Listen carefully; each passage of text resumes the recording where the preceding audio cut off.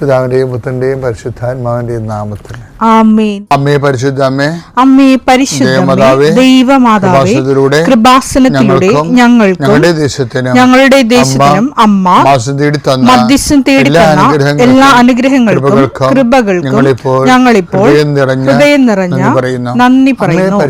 അമ്മേ പരിശുദ്ധമ്മേ, ദൈവമാതാവേ, 2004 ഡിസംബർ 7 ഉച്ചകഴിഞ്ഞ് 2:30 കൃപാസനത്തിൽ സംഭവിച്ച അമ്മയുടെ പ്രത്യക്ഷപ്പെടലിനെ കുറിച്ച് തിരുസഭയ്ക്ക് സമർപ്പിച്ചിരിക്കുന്ന പഠനരേഖകളുടെ സഭാത്മകമായ പഠനം ആരംഭിക്കുവാൻ ഞങ്ങൾ പ്രാർത്ഥിക്കുന്നു.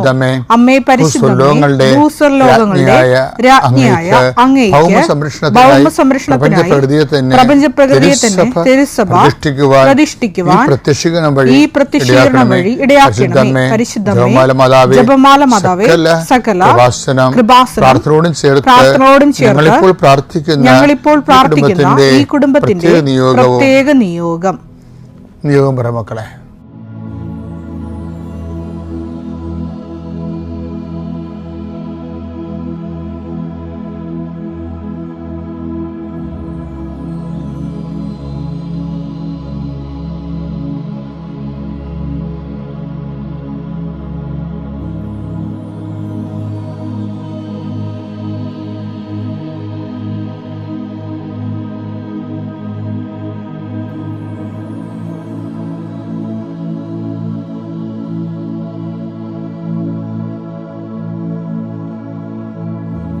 അമ്മയുടെ പ്രത്യക്ഷീകരണത്തിന്റെ ഈ അനുഗ്രഹവേളയിൽ ഞങ്ങൾക്ക് സാധിച്ചു തരുവാൻ കനിയണമേ.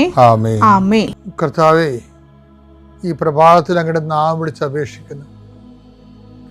അങ്ങയുടെ നാമം വിളിച്ച് അപേക്ഷിക്കുന്ന ഒരു മകൻ പോലും ഒരു മകൾ പോലും കർത്താവ് ലജ്ജിക്കാൻ ഇടയാക്കല്ലേ എന്ന് പ്രാർത്ഥിക്കുന്നു.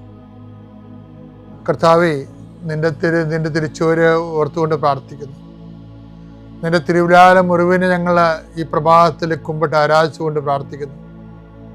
കർത്താവേ, ഞങ്ങൾക്ക് വേണ്ടി ക്രൂശിക്കപ്പെട്ടവനെ, ഞങ്ങൾക്ക് വേണ്ടി തിരുവിലാൽ മുറിവേറ്റവനെ, കർത്താവേ, ഞങ്ങൾക്ക് വേണ്ടി മുൾക്കട ചൂടിയവനെ, കർത്താവേ, നിന്റെ നാമം വിളിച്ചപേക്ഷിക്കുന്ന ഈ ഭാരപ്പെട്ട മക്കള്, കർത്താവേ, ഇന്ന് ഏറ്റെടുക്കേണ്ട ഉത്തരവാദിത്തങ്ങൾ, അധ്വാനിക്കുന്നതിനും ഭാരം വഹിക്കുന്നതിൻ്റെയൊക്കെ വരിക ഞങ്ങളെ ആശ്വസിപ്പിക്കാൻ നടത്തിയ കർത്താവേ, എൻ്റെ ആശ്വാസം അക്ഷരാർത്ഥത്തിൽ ഈ പ്രാർത്ഥന കൊണ്ട് ഞങ്ങളുടെ മക്കളെ അനുഭവിക്കാൻ ഇടയാക്കണം പ്രാർത്ഥിക്കുന്നു. ഏത് കാര്യത്തിന് വേണ്ടിയാണോ, ഏത് കാര്യത്തിന് വേണ്ടി അങ്ങനെ മക്കൾ ഇപ്പോഴും ഭാരപ്പെട്ടിരിക്കുന്നത്, ആ വിഷയത്തിന് കർത്താവ് ഇന്ന് രാത്രി 7 മണിക്കുള്ളിൽ ഒരു പരിഹാരം ഉണ്ടാകാൻ വേണ്ടി പ്രാർത്ഥിക്കുന്നു. ആ സാമ്പത്തിക വിഷയമാകാം, കോടതി കേസാകാം, വസ്തു വിൽപ്പനയോ വാങ്ങലോ ആകാം, അല്ലെങ്കിൽ പ്രതീക്ഷിച്ചുകൊണ്ടിരിക്കുന്ന കത്താകാം, അല്ലെങ്കിൽ ഒരു ഇമെയിലാകാം, അല്ലെങ്കിൽ ഒരു അനുവാദമാകാം.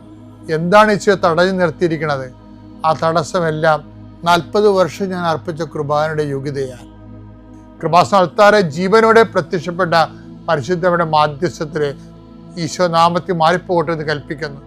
രോഗികള്, പീഡിതര്, മനപ്രയാസമുള്ളവര്, കുടുംബം തകർന്നുകൊണ്ടിരിക്കുന്നവര്, മക്കളെ ഓർത്ത് വേദി കൊള്ളുന്നവര്, വീടില്ലാത്തവര്, വഴിയില്ലാത്തവര്, കർത്താവ്, അവർക്കെല്ലാം കർത്താവേ നിന്റെ സാധ്യത നൽകിയ ഒരു പുതിയ വഴി അവരെ കൊണ്ട് തന്നെ കണ്ടുപിടിക്കുന്നതിന് വേണ്ടി കർത്താവ് നീ അവരെ സഹായിക്കണം പ്രാർത്ഥിക്കുന്നു.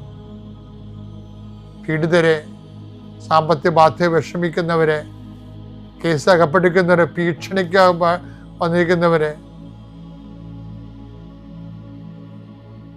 ഓരോരുത്തരും ഡേറ്റ് പറഞ്ഞതിന് ശേഷം കർത്താവ് അത് പാലിക്കാൻ പറ്റാത്ത രീതിയിൽ വലിയ വിക്ഷോഭങ്ങളിലേക്കും പോകുന്നവർ, അതിൻ്റെ മാനസിക സമ്മർദ്ദം അനുഭവിക്കുന്നവർ, കർത്താവിൻ്റെ കരുണ അവിടെ സാധിക്കുകയും അതിനെല്ലാം അതിജീവിക്കാനുള്ള പുതിയ മാർഗങ്ങളെ കർത്താവ് കണ്ടുപിടിക്കുകയും, കർത്താവ് ധൈര്യമായിരിക്കുക, ഞാൻ നിന്നോട് കൊണ്ടുവന്ന് അളിച്ച കർത്താവിൻ്റെ സാന്നിധ്യം അനുഭവിക്കാൻ ഇടയാകാൻ കൃപാസന അൾത്താരെ ജീവനോടെ പ്രത്യക്ഷപ്പെട്ട പരിശുദ്ധ അമ്മയുടെ കരങ്ങളിലേക്ക് നിന്റെ കുടുംബത്തെ ഞാൻ ഏൽപ്പിച്ചുകൊണ്ട് പിതാവിൻ്റെയും പുത്രൻ്റെയും പരിശുദ്ധ നാമത്തിൽ നിന്നെ ആശീർവദിക്കുന്നു. വിശ്വാസ പ്രമാണം. സർവശക്തനായ പിതാവും ആകാശത്തിന്റെയും ഭൂമിയുടെയും സൃഷ്ടാവുമായ ദൈവത്തിൽ ഞാൻ വിശ്വസിക്കുന്നു. അവിടുത്തെ ഏകപുത്രനും ഞങ്ങളുടെ കർത്താവുമായ ഈശോ മിശിഹായിലും ഞാൻ വിശ്വസിക്കുന്നു. ഈ പുത്രൻ പരിശുദ്ധാത്മാവിനാൽ ഗർഭസ്ഥനായി കന്യകാ മറിയത്തിൽ നിന്ന് പിറന്ന് പൊന്തിയോസ് പീലാത്തോസിന്റെ കാലത്ത് പീഡകൾ സഹിച്ച് കുരിശിൽ തറയ്ക്കപ്പെട്ട് മരിച്ച് അടക്കപ്പെട്ട് പാതാളങ്ങളിൽ ഇറങ്ങി മരിച്ചവരുടെ ഇടയിൽ നിന്ന് മൂന്നാം നാൾ ഉയർത്ത് സ്വർഗത്തിലേക്ക് എഴുന്നള്ളി സർവശക്തിയുള്ള പിതാവായ ദൈവത്തിന്റെ വലതുഭാഗത്തിരിക്കുന്നു. അവിടെ നിന്ന് ജീവിക്കുന്നവരെയും മരിച്ചവരെയും വിധിക്കുവാൻ വരുമെന്നും ഞാൻ വിശ്വസിക്കുന്നു. പരിശുദ്ധാത്മാവിലും ഞാൻ വിശ്വസിക്കുന്നു. വിശുദ്ധ കത്തോലിക്കാ സഭയിലും പുണ്യവാന്മാരുടെ ഐക്യത്തിലും പാപങ്ങളുടെ മോചനത്തിലും ശരീരത്തിന്റെ ഉയർപ്പിലും നിത്യമായ ജീവിതത്തിലും ഞാൻ വിശ്വസിക്കുന്നു. ആമേൻ. സ്വർഗ്ഗസ്ഥനായ ഞങ്ങളുടെ പിതാവേ, അങ്ങയുടെ നാമം പൂജിതമാകണമേ. അങ്ങയുടെ രാജ്യം വരണമേ. അങ്ങയുടെ തിരുമനസ് സ്വർഗത്തിലെ പോലെ ഭൂമിയിലുമാകണമേ. അന്നു വേണ്ടുന്ന ആഹാരം ഇന്ന് ഞങ്ങൾക്ക് തരണമേ. ഞങ്ങളോട് തെറ്റ് ചെയ്യുന്നവരോട് ഞങ്ങൾ ക്ഷമിക്കുന്നത് പോലെ ഞങ്ങളുടെ തെറ്റുകൾ ഞങ്ങളോടും ക്ഷമിക്കണമേ. ഞങ്ങളെ പ്രലോഭനത്തിൽ ഉൾപ്പെടുത്തരുതേ, തിന്മയിൽ ഞങ്ങൾ രക്ഷിക്കണമേ. ആമേൻ. നന്മ നിറഞ്ഞ മറിയമേ, സ്വസ്തി. കർത്താവ് അങ്ങയുടെ കൂടെ സ്ത്രീകളിൽ അങ്ങ് അനുഗ്രഹിക്കപ്പെട്ടവളാകുന്നു. അങ്ങയുടെ ഉദരത്തിൻ ഫലമായി ഈശോ അനുഗ്രഹിക്കപ്പെട്ടവനാകുന്നു. പരിശുദ്ധ മറിയമേ, തമ്പുരാന്റെ അമ്മേ, പാപികളായ ഞങ്ങൾക്ക് വേണ്ടി ഇപ്പോഴും ഞങ്ങളുടെ മരണസമയത്തും തമ്പുരാനോട് അപേക്ഷിക്കണമേ. ആമേൻ. ഈ ദിവസങ്ങളൊരു വലിയ വിസ്തൃതമായ ചിന്ത മനസ്സിൽ വന്ന് നിക്കിയ സുനഹദോസിലെ ആണ് നമ്മുടെ വിശ്വാസ പ്രമാണം ക്രോഡീകരിച്ചത്. വിശ്വാസ പ്രമാണത്തിൻ്റെ ക്രോഡീകരണത്തിലെ വിശുദ്ധ എസ്തപ്പാനോസിനുള്ള പങ്ക് കഴിഞ്ഞ ദിവസം ആൾത്താറ എന്നപ്പോൾ ഈശോ പറഞ്ഞാണ് ഇത് ഈ നിക്കിയ സുനഹദോസും എസ്തപ്പാനോസും തമ്മിൽ ബന്ധമുണ്ടെന്ന്. ഞാൻ തന്നെ അത്ഭുതപ്പെട്ടു. ഞാൻ കുറച്ചു നേരം വിസ്മയിച്ചിരുന്നത്. അതായത് AD 325 നിക്കിയ സുനഹദോസിൽ നമ്മൾ ഇന്നത്തെ ഏറ്റവും സഭയുടെ ശക്തിയായ വിശ്വാസ പ്രമാണം ക്രോഡീകരിക്കപ്പെട്ടത്. അപ്പം അതിൻ്റെ വാർഷികത്തിലാണ് കഴിഞ്ഞ ദിവസം നിക്കിയയിൽ തുർക്കിയിൽ നമ്മുടെ പരിശുദ്ധ പിതാവ് പോയത്. അപ്പോൾ പരിശുദ്ധ പിതാവോടെ ചെന്നപ്പോൾ അവിടെ Syrian orthodox patriarchs, Alexandrian orthodox patriarchs അവരൊക്കെയാണ് ഉണ്ടായിരുന്നത്. അപ്പോൾ ഇവിടെ കുറേ കേരളത്തിൽ കുറേ ആവാന്തര സഭകളൊക്കെ ഉണ്ടല്ലോ. അപ്പോൾ അവരുടെ ആരെയും പ്രതിനിധി അവിടെ ഇല്ല. നിക്കിയ സുനഹദോസിൻ്റെ കാലത്ത് ഉണ്ടായിരുന്ന അലക്സാൻഡ്രിയൻ പാർത്തിയാർക്കിസ്, സിറിയൻ ഓർത്തഡോക്സ് പാർത്തിയാർക്കിസ്, അതുപോലെ തന്നെ റോമൻ പാർത്തിയാർക്കിസ് അവരെല്ലാം അവിടെ സംഘടിപ്പിച്ച് കൂടിയത്. അപ്പം അന്ന് വിശ്വാസ പ്രമാണത്തിന് എടുത്ത ഒരു വിശ്വാസത്തിൻ്റെ ഒരു സംഭവം എന്താണ്? അതായത് അവിടുന്ന് മരിച്ച് ഉയർത്തെഴുന്നേറ്റ് പിതാവിൻ്റെ വലതുഭാഗത്തിരിക്കുന്നു. അപ്പം പിതാവിൻ്റെ വലതുഭാഗത്തിരിക്കുന്ന യേശു അത് ആദിമസഭയുടെ ഏറ്റവും വലിയ വിശ്വാസങ്ങളിലൊന്നാണത്. കർത്താവ് ജീവിച്ചിരുന്ന കാലത്ത് പറഞ്ഞിട്ടുണ്ട്. എന്താണ്? നമ്മുടെ ഈ 26:64 മത്തായിയുടെ സുവിശേഷം, മനുഷ്യപുത്രൻ ശക്തിയുടെ വലതുവശത്ത് ഉപവിഷ്ടനാകുമെന്ന്. മത്തായി 26:64. യേശു അവനോട് പറഞ്ഞു, നീ പറഞ്ഞുവല്ലോ. എന്നാൽ ഞാൻ നിന്നോട് പറയുന്നു, ഇപ്പോൾ മുതൽ മനുഷ്യപുത്രൻ ശക്തിയുടെ വലതുഭാഗത്ത് ഉപവിഷ്ടനായിരിക്കുന്നതും വാനമേഘങ്ങളിൽ വരുന്നതും നിങ്ങൾ കാണും. അപ്പൊ അത് ക്രിസ്തു വെളിപ്പെടുത്തിയ സ്വർഗീയ രഹസ്യമാണ്. നിങ്ങൾ കാണുമെന്നാ പറഞ്ഞത്. പക്ഷെ ആദ്യം കണ്ടതാരാ?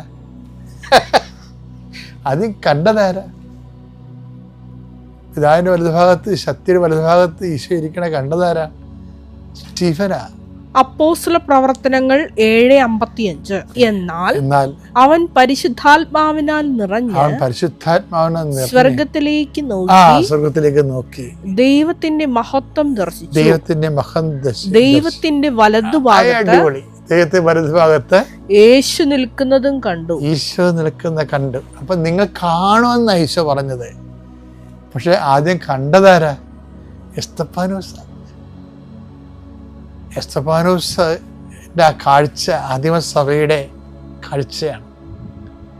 ആദിമസഭയുടെ കാഴ്ചയാണ് നിക്കായ സുനദോസ് ക്രോഡീകരിക്കുന്നത്. അതാണ് നമ്മൾ ഇന്നും പറയണത്.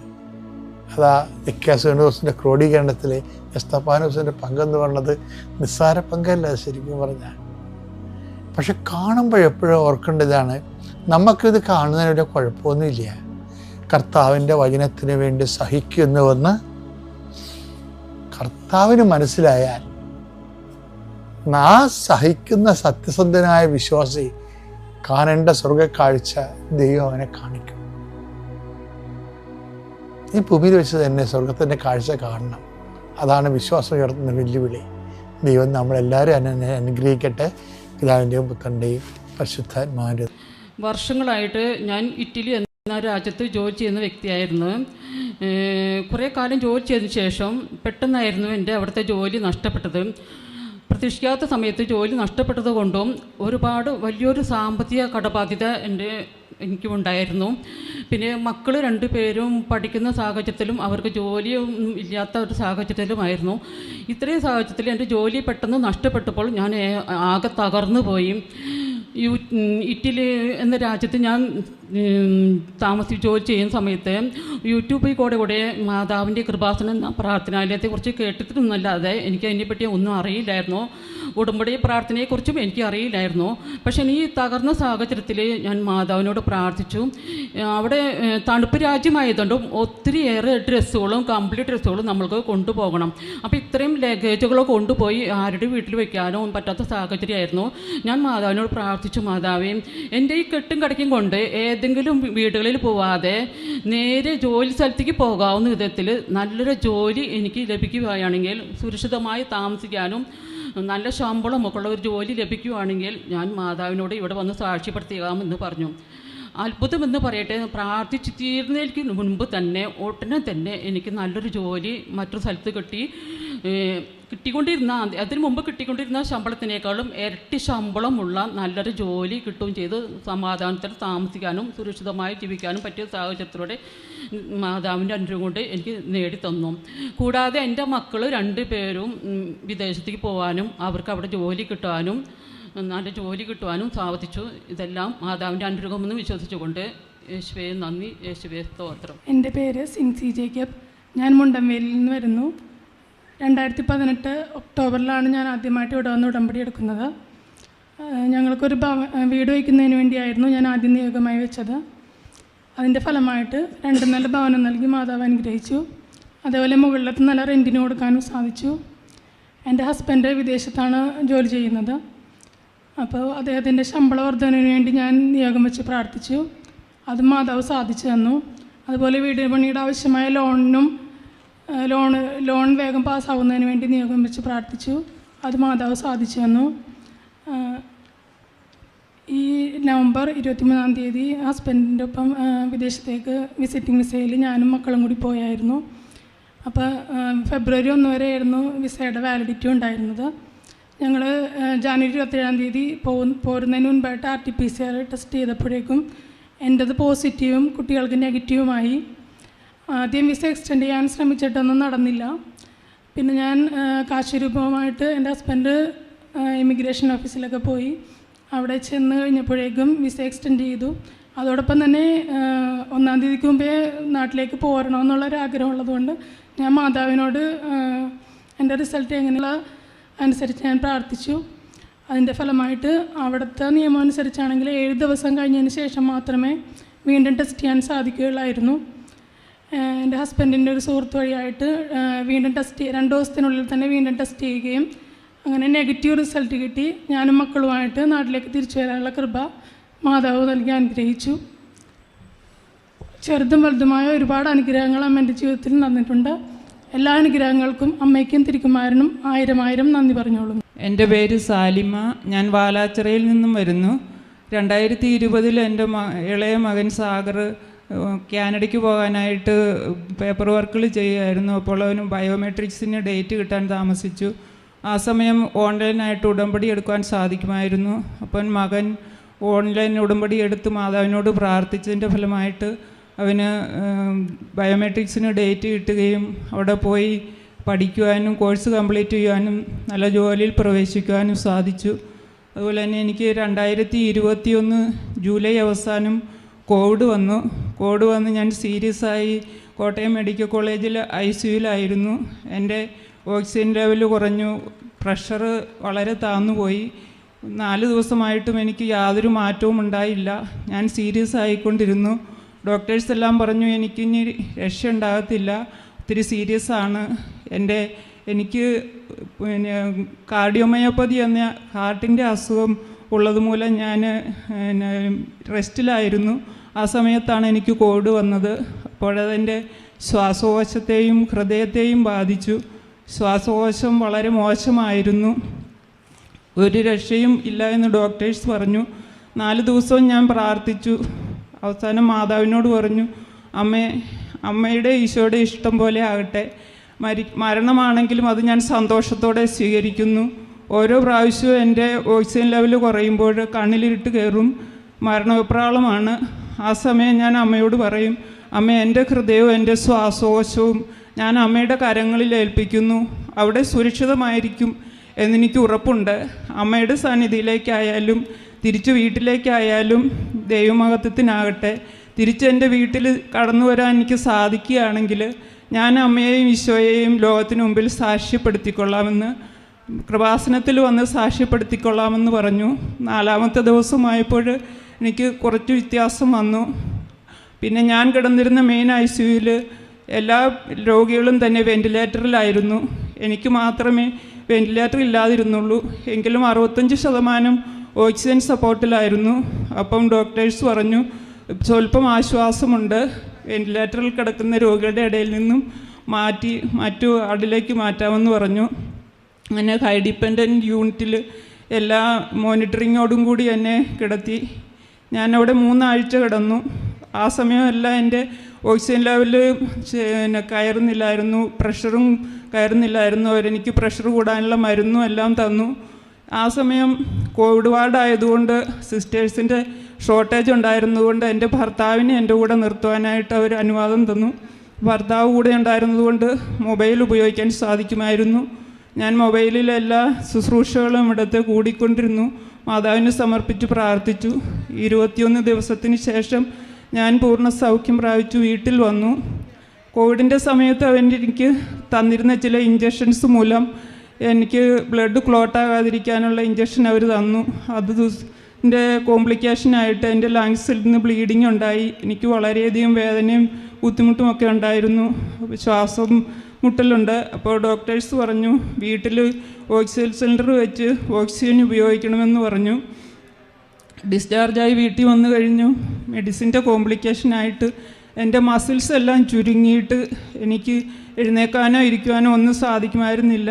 എൻ്റെ ഹസ്ബൻഡ് എന്നെ പിടിച്ചാണ് ടോയ്ലറ്റിലൊക്കെ കൊണ്ടുപോയിക്കൊണ്ടിരുന്നത്, എഴുന്നേൽപ്പിക്കുന്നതൊക്കെ പിടിച്ചായിരുന്നു. എൻ്റെ കാലെല്ലാം ബ്ലഡ് സർക്കുലേഷനൊക്കെ കുറവായിട്ട് വേദനയും പിന്നെ മസിലെല്ലാം ചുരുങ്ങിയിരുന്നു. അപ്പം ഞാൻ മാതാവിൻ്റെ ഉടമ്പടി തൈലം എടുത്ത് കാലുകളിൽ പുരട്ടി പ്രാർത്ഥിക്കുമായിരുന്നു, അമ്മ എനിക്ക് ആരുടെയും സഹായം കൂടാതെ എഴുന്നേറ്റ് നടക്കാനുള്ള കൃപ തരണമേ എന്ന്. അത് അമ്മ ഈശോ വഴി സൗഖ്യപ്പെടുത്തി തന്നു, ഈശോ അമ്മ വഴി സൗഖ്യപ്പെടുത്തി തന്നു.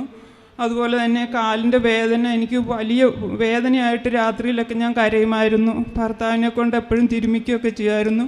അപ്പം ഞാൻ ഉടമ്പടി തൈലം എടുത്ത് പാറ്റിയിട്ട് ഞാൻ പറഞ്ഞു, അമ്മേ ഇനി എൻ്റെ ഭർത്താവിനെ ബുദ്ധിമുട്ടിക്കാൻ എന്നെ അനുവദിക്കരുതേ, എൻ്റെ കാലിന് വേദന സൗഖ്യപ്പെടുത്തി തരണമേ എന്ന്.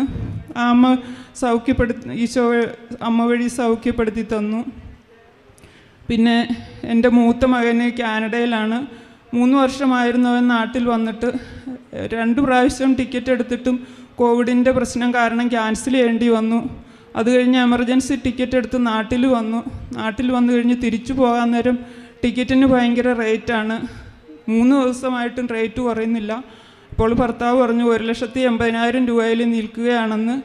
ഞാൻ രാവിലെ മുതൽ അമ്മയുടെ കാശുരൂപം കയ്യിൽ പിടിച്ച് വിശ്വാസ പ്രമാണവും ഉടമ്പടി പ്രാർത്ഥനയും ചൊല്ലി രാവിലെ മുതൽ വൈകുന്നേരം വരെ നടക്കുന്ന വഴിയെല്ലാം ഞാൻ ചൊല്ലി പ്രാർത്ഥിച്ചുകൊണ്ടിരുന്നു. വൈകുന്നേരമായപ്പോൾ അത്ഭുതകരമായിട്ട് ഭർത്താവ് വിളിച്ചിട്ട് പറഞ്ഞു, ഒരു ടിക്കറ്റ് കിട്ടിയിട്ടുണ്ട്, 72,500 രൂപയേ ഉള്ളൂ. സിംഗപ്പൂർ എയർലൈൻസിലാണെന്ന് പറഞ്ഞു. അപ്പോൾ മോന് 7-ാം തീയതി വരെ അവധി ഉണ്ടായിരുന്നു, നീട്ടിത്തരാൻ പറ്റുമോ എന്ന് ചോദിക്കാൻ പറഞ്ഞു. അപ്പോൾ അന്വേഷിച്ചപ്പോൾ അവർ പറഞ്ഞു വേറെ ടിക്കറ്റൊന്നുമില്ല, ഈ ഒരു ടിക്കറ്റ് മാത്രമേ ഉള്ളെന്ന് പറഞ്ഞു. അത് അമ്മ അത്ഭുതകരമായിട്ട് ഇടപെട്ട് നടത്തി തന്നതാണെന്ന് ഞാൻ വിശ്വസിക്കുന്നു. അതുപോലെ തന്നെ എൻ്റെ ഫ്രണ്ട്സൊക്കെ ഒരുപാട് പ്രാർത്ഥന സഹായം അപേക്ഷിക്കുമായിരുന്നു. അപ്പം ഞാൻ എല്ലാ കൃപാസനത്തിൽ നിന്നുള്ള എല്ലാ ശുശ്രൂഷകളിലും ഞാൻ പങ്കെടുക്കാറുണ്ട്. ആ സമയം ഞാൻ ഓൺലൈനിൽ അവരുടെ നിയോഗങ്ങളെല്ലാം സമർപ്പിച്ച് പ്രാർത്ഥിക്കുമായിരുന്നു. ഒരുപാട് പേർക്ക് ഒരുപാട് അനുഗ്രഹങ്ങൾ ലഭിച്ചിട്ടുണ്ട്.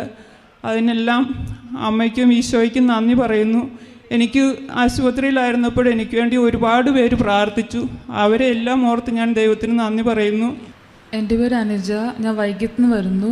ഞാനൊരു നേഴ്സായിട്ടാണ് വർക്ക് ചെയ്യുന്നത്. ഞാൻ 2017 മുതൽ ഒത്തിരി എക്സാംസൊക്കെ എഴുതി ട്രൈ ചെയ്ത ഒരാളാണ്.